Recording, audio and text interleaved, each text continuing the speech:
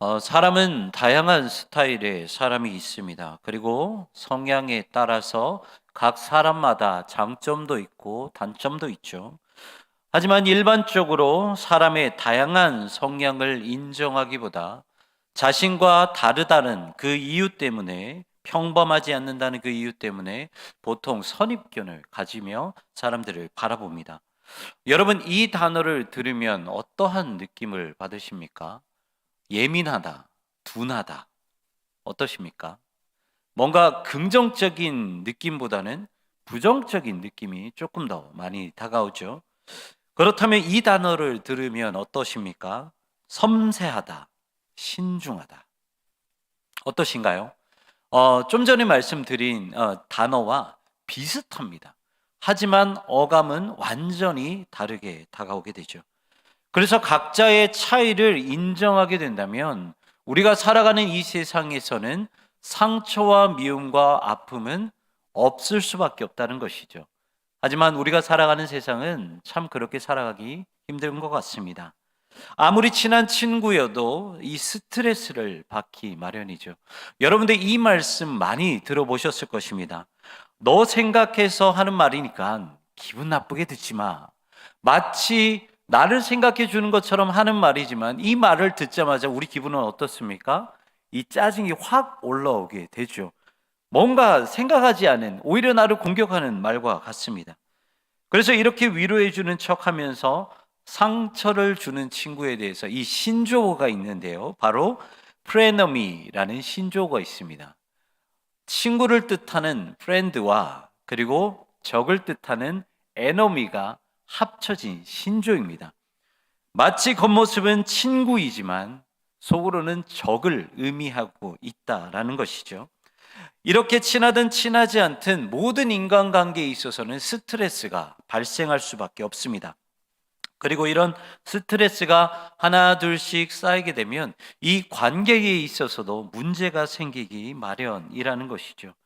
솔직한 마음으로 다가가기보다는 내가 일 잘하는 직원, 말 잘 듣는 자녀, 그리고 최선을 다하는 학생처럼 마치 내가 솔직한 나의 모습이 아니라 세상이 바라는, 그래서 필요에 의해서 만들어지는 그 모습으로 살아가게 된다라는 것입니다. 하지만 이렇게 거짓된 모습으로 살아가게 되면 사람은 자연스럽게 마음의 병이 생기고 그리고 그것이 육신의 병으로 이어지게 되죠. 그 모습을 잘 보여준 영화가 있습니다. 2019년 10월에 개봉한 82년생 김지영이라는 영화인데요. 이 영화를 보면은 아마 많은 분들이 보셨으리라 생각을 합니다. 현실의 벽에 부딪혀서 자신의 모든 것을 포기하고 그저 희생하며 살 수밖에 없었던 모든 세대의 어머니를 대표하고 그려주고 있는 그런 영화입니다. 여기서 나오는 주인공 김지영은요, 아내와 엄마 그리고 며느리로 살아가게 되죠. 그리고 그 환경에서 자신의 역할을 감당하기 위해 자신의 일자리마저 포기하면서 그 역할을 감당합니다. 그리고 자신의 솔직한 마음을 계속해서 감추기 시작하면서 자신의 그 모든 그 마음을 온전히 이제 바깥으로 표출하지 못하는 그 이유 때문에 결국 이 마음에 상처를 입게 되죠. 이렇게 아무 말 못하고 속으로만 삭혀야만 했던 이 김지영은 마음의 병이 계속해서 심하게 들기 시작합니다. 그리고 점점 다른 사람의 모습이 불쑥불쑥 튀어나오게 되죠. 시어머니 앞에서는 친정어머니의 모습이 튀어나오게 되고, 그리고 자신의 사랑하는 그 엄마 앞에서는 외할머니의 모습이 불쑥 튀어나오게 됩니다. 그래서 이 영화는 현실이라는 벽에 막혀서 아무것도 할 수 없는 이 시대, 그리고 이전 시대의 모든 어머니들의 그 깊은 마음의 상처와 내면을 그리고 있는 영화라 말할 수 있습니다. 이렇게 현실이란 벽은요, 우리의 솔직한 모습을 자꾸 드러내지 못하도록 막습니다. 그리고 결국 이런 솔직하지 못한 모습은 지금까지 쌓아 올려왔던 관계도 무너지게 하고요.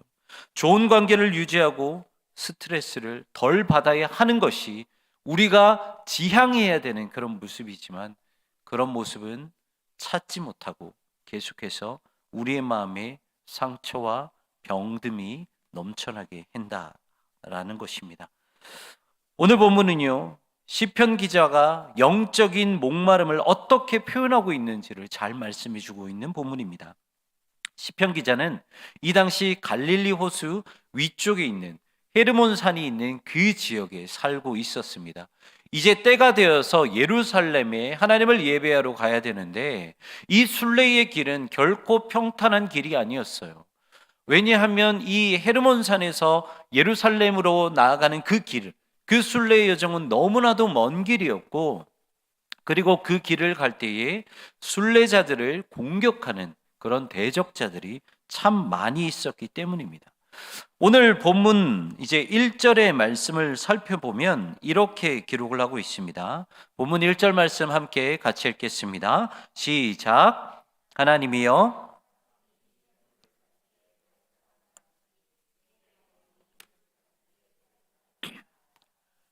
아멘. 자, 여기에서요, 주를 찾기에 갈급하다라는 이 말을요, 세번역 성경을 보면 어떻게 표현이 되어 있냐면, 주님을 찾아 헐떡인다라고 표현을 하고 있습니다. 그만큼 이 시편 기자의 영적인 그 모습이 목마르고 갈급하다라는 것이죠. 그런데 이 1절 말씀보다 더 간절한 마음으로 표현하고 있는 말씀이 있습니다. 오늘 보면 5절의 말씀, 5절 앞부분 노란색으로 표현된 말씀만 한번 읽어보겠습니다. 시작. 내 영혼아 내가 어찌하여 낙심하며 어찌하여 내 속에서 불안해하는가. 여기서 우리가 집중해야 될 단어는요, 낙심이라는 단어와 불안이라는 단어입니다. 낙심이라는 단어를 원어로 말씀드리면 쇠학라는 단어인데요, 이 말씀의 의미는 사람이 상을 당했을 때 땅에 엎드려 통곡하는 모습을 말합니다. 그리고 불안이라는 히브리어는 와테헤미라는 단어인데, 이 단어는 입속에서 중얼중얼거리는 의미를 말을 합니다. 그러니까 이 시편 기자는 이 낙심하고 불안해한다라는 이 표현은요, 시편 기자 자신이 겪고 있는 이 절망이 너무 심해서 엎드려서 부들부들 떨면서 중얼거리면서 하나님을 향해서 자신의 불안함을 드러내고 있다라는 것이죠. 지금 시편 기자는 이렇게 영적인 목마름과 갈급함이 극심하다라는 것입니다.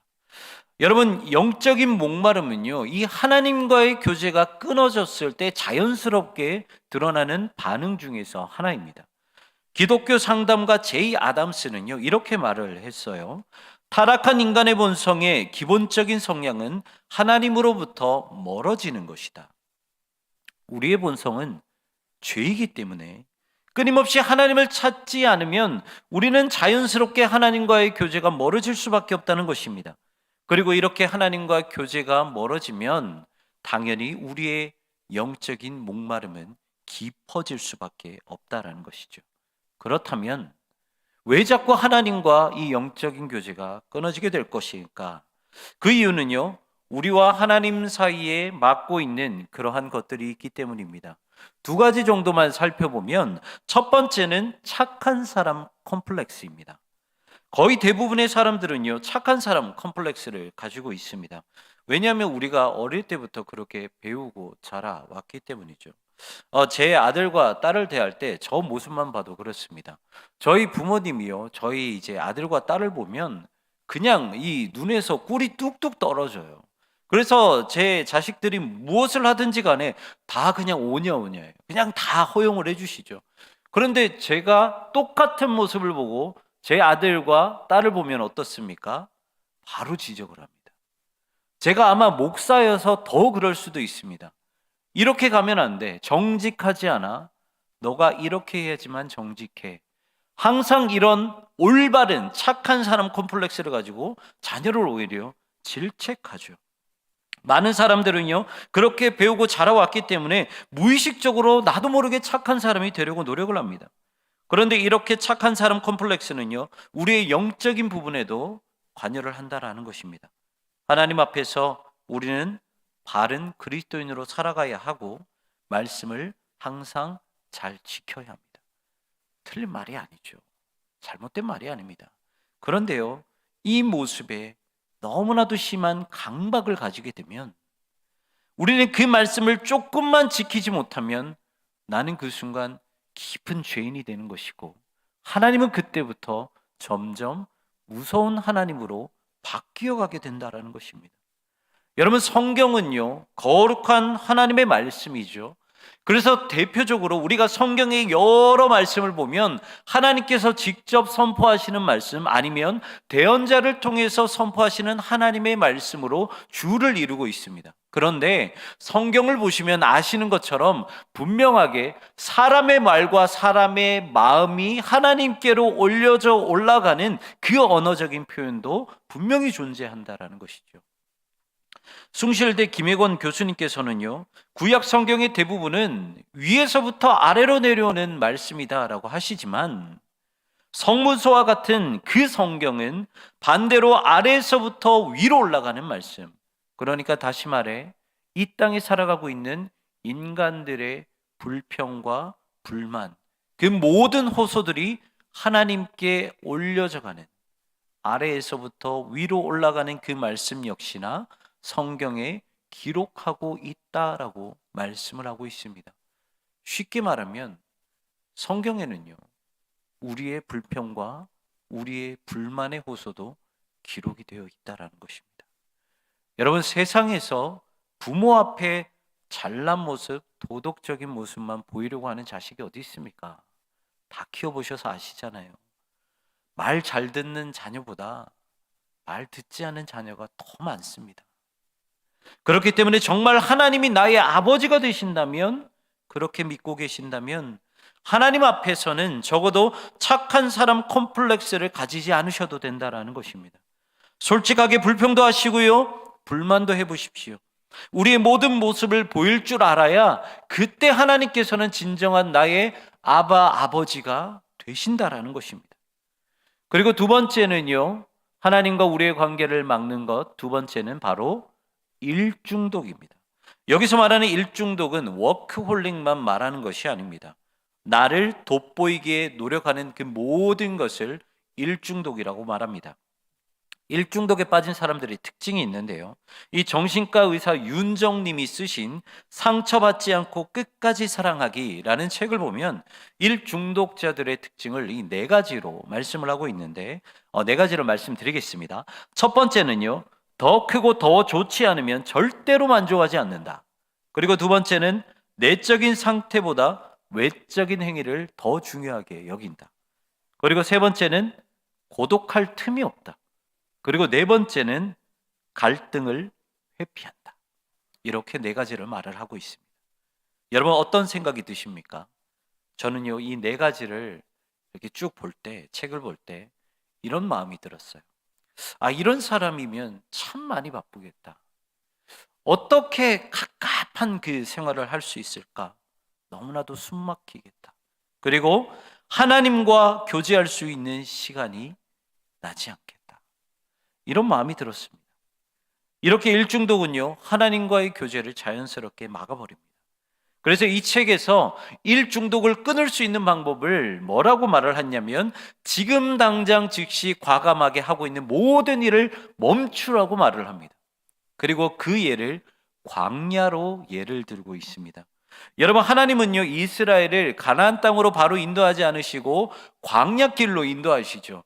물론 이 이스라엘 백성이 40년 동안 광야를 뺑뺑뺑 돈 것은 가나안을 정탐했을 때 하나님을 믿고 의지하고 신뢰하는 마음이 없었기 때문에 하루를 1년으로 해서 40년을 광야 가운데 생활을 한 것입니다.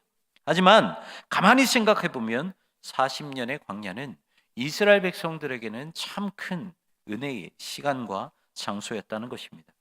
만약 이스라엘 백성이 가나안으로 바로 들어갔다면 빠른 시일 안에 하나님께서 약속하신 땅으로 들어갔을 것입니다. 하지만 그들은 바로 가나안에 들어갔다면 이 광야 가운데에서 하나님을 깊게 만날 수 있었던 광야의 은혜는 경험하지 못했다라는 것이죠. 광야에 들어가면요, 속도는 분명하게 느려질 수밖에 없습니다. 하루가 1년처럼 느껴질 것이고 그렇게 40년을 보내야 합니다.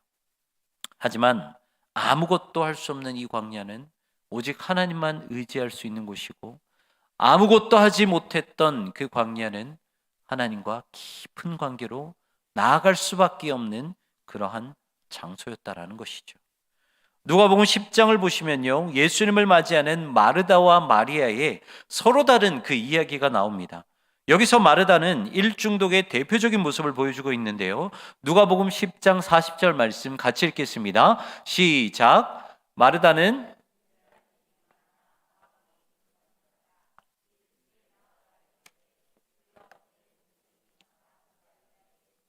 생각하지 아니하시나이까 그를 명하사 나를 도와주라 하소서. 아멘. 예수님은요, 당신을 대접하기 위해 열심히 일한 마르다보다 오히려 마리아를 지혜롭게 여기시는데, 지금 보시는 말씀처럼 이 마르다는 너무나도 분주하게 예수님께 맛있는 음식을 차려드리기 위해서 준비하죠. 그런데 마리아는 아무것도 하지 않고 있어요. 그래서 예수님께 말을 하죠. 이 마리아에게 말씀하셔서 좀 같이 좀 일을 하게 해달라고 말을 합니다. 그런데 누가복음 10장 42절에 보면 이렇게 말씀하고 있어요. 같이 또 읽겠습니다. 시작. 몇 가지만 하든지 혹은 한 가지만이라도 족하니라. 마리아는 이 좋은 편을 택하였으니 빼앗기지 아니하리라 하시니라. 좀 전에 말씀드린 것처럼 오히려 예수님은 마르다보다 예수님 앞에서 예수님의 말씀을 경청했던 그 한 가지를 선택했던 마리아를 오히려 칭찬하고 계시다는 것입니다. 우리도 마찬가지입니다. 우리를 바쁘고 정신없게 만드는 이 일중독은요, 자연스럽게 예수님을 놓쳐버리게 만든다는 것입니다. 그렇기 때문에 과감하게 그것을 멈추고 주님을 만나는 것에만 집중해야 합니다. 여러분, 위선은요, 무슨 특별한 것이 아닙니다. 착한 컴플렉스가 되었든 일중독이 되었든 그 무엇이 되었든지 간에 하나님 앞에 솔직한 모습으로 나가지 못한다면 그 모든 것이 위선이 된다라는 것입니다. 그렇다면 우리는 어떻게 하나님 앞에 솔직하게 나아갈 수 있을까? 이 역시나 두 가지로 살펴보겠습니다. 첫 번째는요, 우리의 연약함을 솔직하게 인정해야 합니다. 오늘 본문 5절 앞부분의 말씀 다시 한번 이제 말씀을 드리면, 내 영혼아 내가 어찌하여 낙심하며 어찌하여 내 속에서 불안해하는가 라고 기록을 하고 있습니다. 극심한 시편 기자의 영적인 상태를 말을 하고 있죠.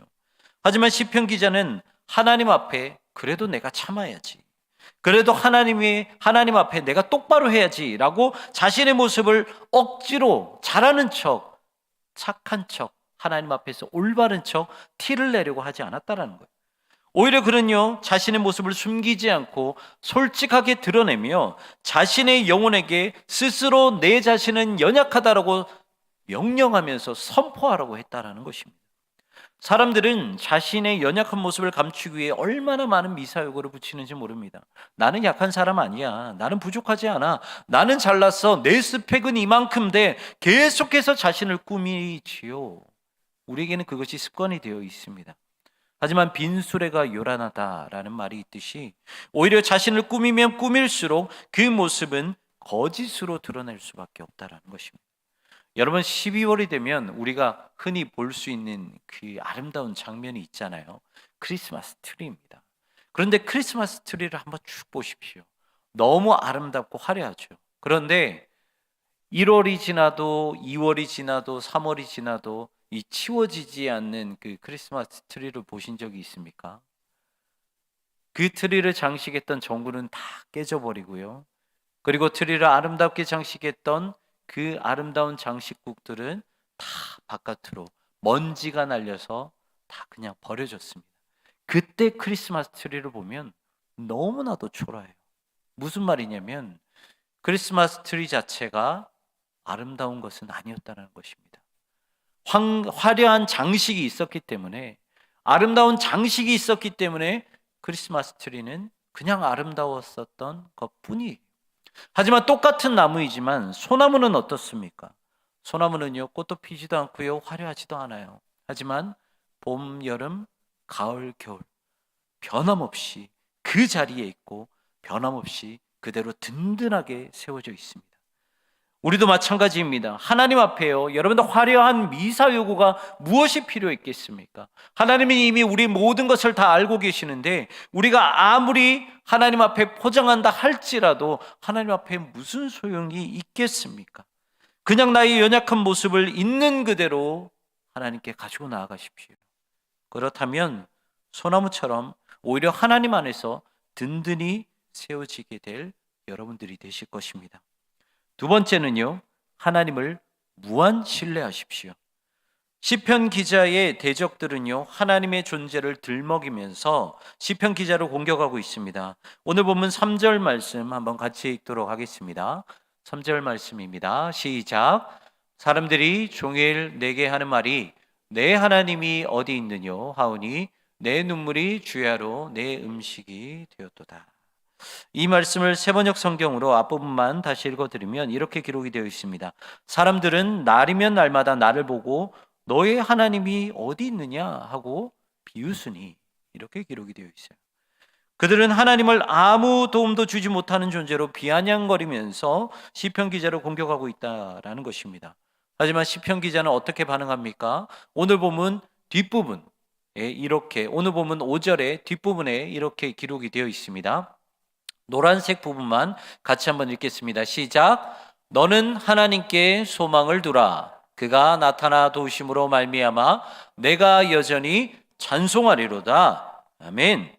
이렇게 시편 기자는요, 대적들이 조롱하는 상황에도 하나님을 의심하는 그것을 하지 않고 하나님을 끝까지 신뢰하며 나아갔다는 것입니다. 여기서 여전히라는 단어는 히브리어로 오드라는 단어인데요, 계속해서 반복하다라는 의미를 말을 하고 있습니다. 그러니까 무슨 말이냐면 이 5절의 말씀은요, 시편 기자는 그냥 단순히 절망하지 마라, 실망하지 마라, 그것을 한 번 말하고 그치는 것이 아니라 내가 하나님께 실망하고 하나님을 의심하려고 하는 그 모든 상황이 올 때마다 하나님께 계속해서 끊임없이 너는 절망하지 말고 하나님을 의지해라, 너는 절망하지 말고 하나님을 의지해라, 계속해서 자신의 영혼 가운데 스스로 선포하며 나아갔다라는 것입니다. 여러분, 신뢰하지 못하는데 어떻게 그 앞에서 솔직하게 말할 수 있겠습니까? 여러분, 하나님은요, 변함없으신 하나님이시고 하나님은 신실하신 하나님이십니다. 이사야서 49장 14절부터 16절까지는 변함없으신 하나님을 말씀하고 있습니다. 조금 깁니다. 조금 길지만 하지만 14절부터 16절까지 말씀 같이 한번 읽도록 하겠습니다. 14절입니다. 오직 시온에 이르기를 여호와께서 나를 버리시며 주께서 나를 잊으셨다 하였거니와. 15절 여인이 어찌 그 젖먹는 자식을 잊겠으며 자기 태에서 난 아들을 긍휼히 여기지 않겠느냐. 그들은 혹시 잊을지라도 나는 너를 잊지 아니할 것이라. 16절 내가 너를 내 손바닥에 새겼고 너의 성벽이 항상 내 앞에 있나니. 아멘.